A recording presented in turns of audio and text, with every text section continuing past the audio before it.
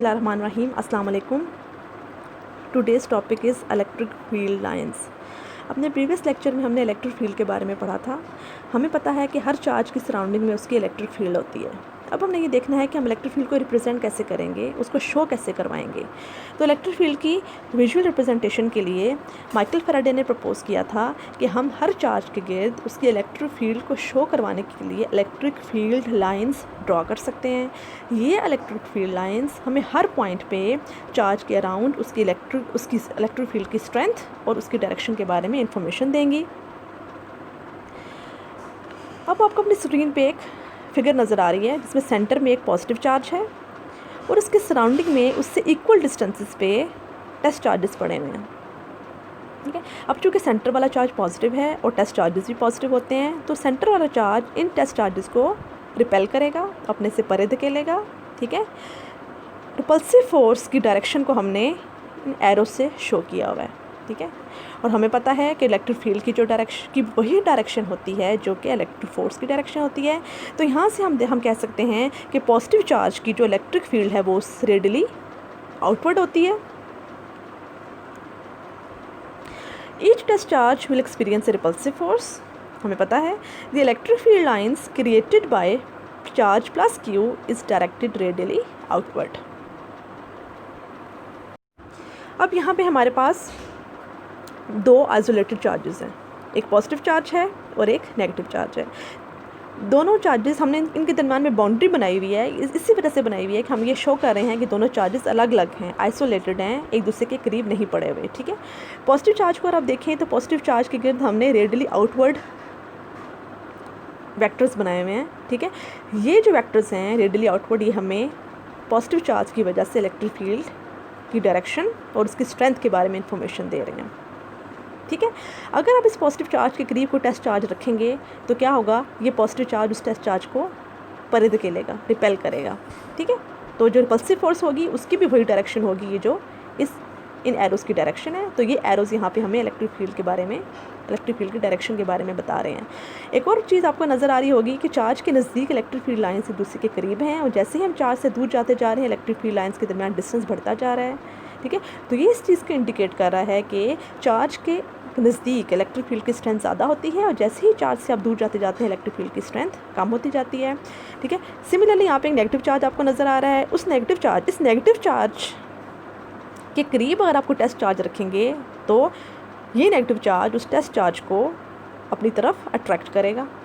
ठीक है, क्योंकि unlike charges attract each other. ठीक है, अट्रैक्ट करेगा, उसको अपनी तरफ धकेलेगा। ठीक है, तो जो इस पर इलेक्ट्रिक फोर्स लगाएगा टेस्ट चार्ज के ऊपर, उसकी डायरेक्शन को हम इन एरो से शो कर सकते हैं जो हमने यहाँ पे बनाए हुए हैं। ठीक है, तो ये एरो यहाँ पे इलेक्ट्रिक फील्ड की डायरेक्शन बता रहे हैं, electric field due to a negative charge.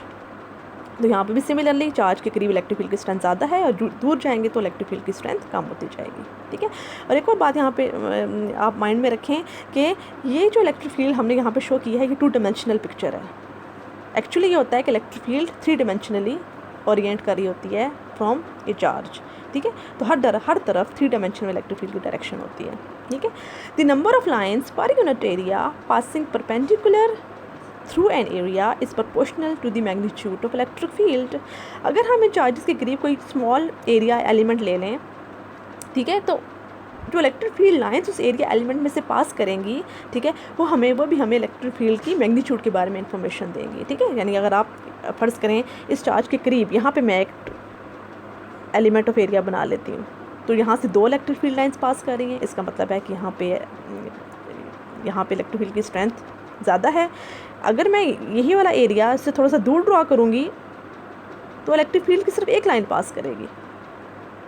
ठीक है, तो number of lines passing perpendicularly through an area वो भी इलेक्ट्रिक फील्ड की हमें मैग्नीट्यूड के बारे में बताएंगी। ठीक है, अब यहाँ पे नेक्स्ट आप देखें 2 सिमिलर चार्जेस हैं, दोनों पॉजिटिव चार्जेस हैं।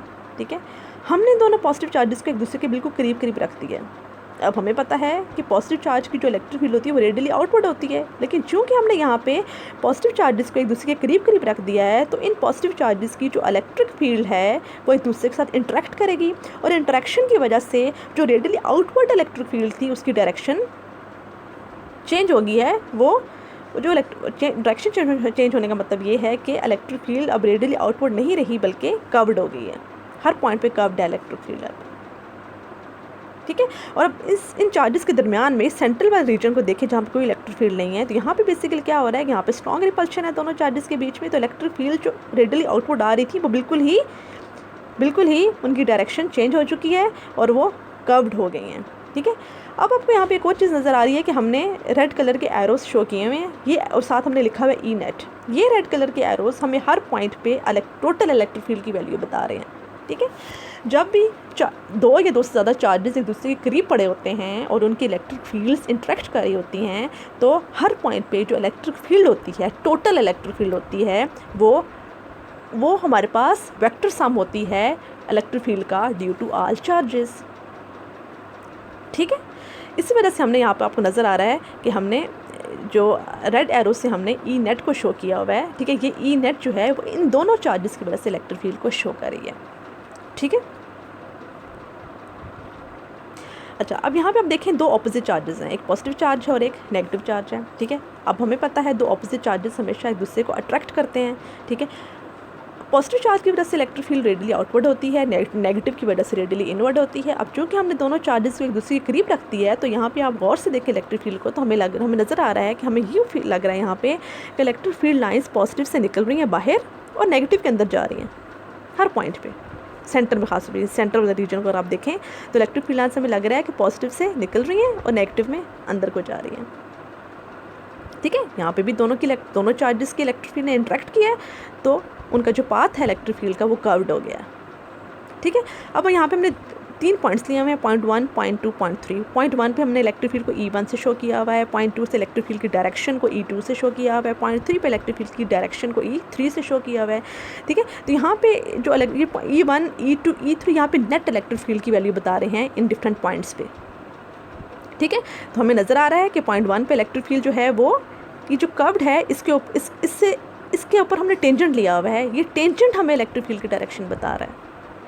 ठीक है, पॉइंट 2 पे भी टेंजेंट हमने लिया हुआ है जो कि E2 को शो कर रहा है, ये हमें इस पॉइंट 2 पे इलेक्ट्रिक फील्ड की डायरेक्शन बता रहा है। सिमिलरली पॉइंट 3 पे जो E3 है वो उससे हमें इलेक्ट्रिक फील्ड की इस टेंजेंट से हमें इलेक्ट्रिक फील्ड की डायरेक्शन पता चल रही है।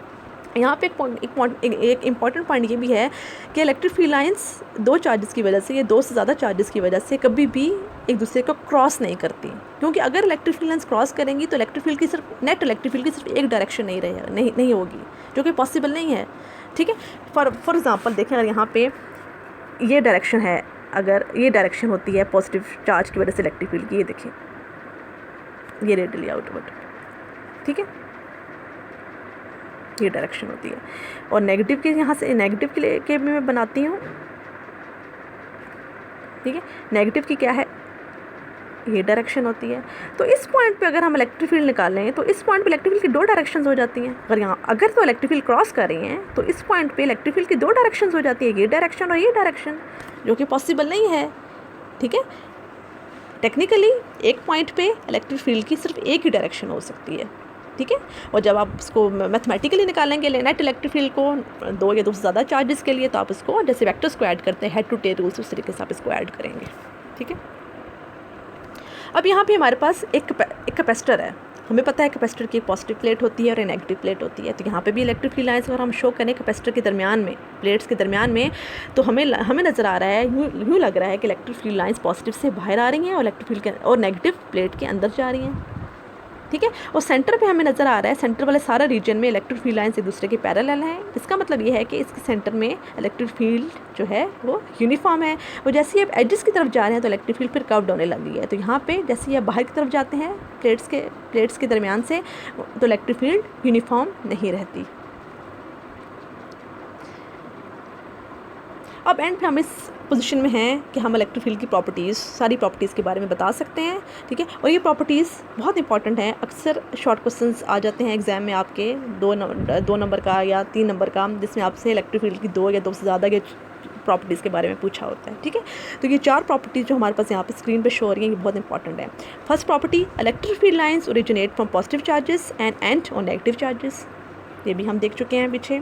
The tangent to a field line at any point gives the direction of the electric field at that point. ये भी हमने देखा। The lines are closer where the field is strong and the lines are further apart where the field is weak, ये भी हम देख चुके हैं। No two lines cross each other, this is because the E has only one direction at any given point. एक given point पे हमें पता है ई की सिर्फ एक डायरेक्शन होती है, तो उससे इलेक्ट्रिक फील्ड लाइन्स कभी भी क्रॉस नहीं करती। If the lines cross E could have more than one direction, लेकिन अगर लाइन्स क्रॉस करेंगी तो ये भी मैंने आपको पीछे बताया, तो ई की एक ज़्यादा डायरेक्शन हो सकती है जो कि पॉसिबल नहीं है। Okay, thank you.